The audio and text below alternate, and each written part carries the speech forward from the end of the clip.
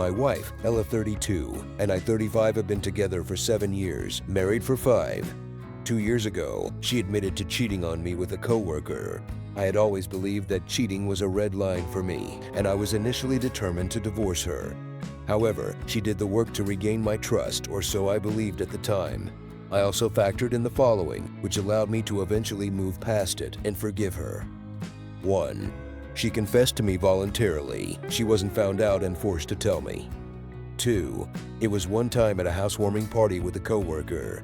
I remember that night, she didn't return home until 4 a.m., and I sent her several texts checking in to see if she was okay, and if she needed me to pick her up. She normally doesn't like to drink, but occasionally succumbs to peer pressure, so I was worried she might have been too drunk to drive.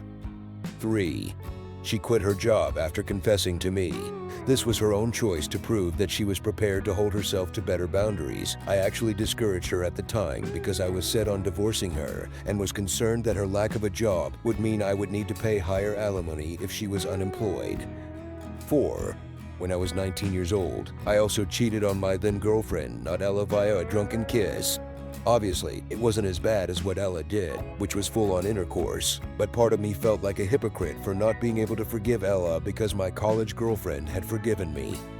Given the above and the fact that Ella genuinely seemed remorseful, everything else in our relationship was great, and she was the most compatible person I had ever dated personality-wise, I decided to forgive Ella and not divorce her on the condition that she signed a postnup. She enthusiastically agreed. The postnup isn't overly harsh, in my opinion, aside from affirming that our premarital assets won't go into the settlement in the event of a divorce. It also included an infidelity clause with the penalty of the cheater forfeiting our jointly owned home, the car, and alimony in the event of a divorce. The balance would also be split 60/40ths in favor of the cheated spouse rather than 50/50ths. We both had independent legal advice when this was drafted and signed. Fast forward to last month when I was contacted on Facebook by Alice, the wife of my wife's affair partner. She had tracked me down by going through Ella's social media. She told me that she had caught her husband, Bill, cheating on her and discovered their affair from 2 years ago after going through his electronic devices. She asked if I knew, to which I replied that I did, but I thanked her for telling me anyway. She asked what had happened between Ella and me, and I told her that we had reconciled. She said she was determined to divorce Bill because, unlike my wife, Bill had proven to be a serial cheater and never confessed to her. The part that has since changed my mind about forgiving Ella is the fact that she revealed that Bill and Ella had actually been having an affair for 5 months. I clarified if she meant an emotional affair, but she clarified that it was a physical affair and that they had hooked up over 10 times.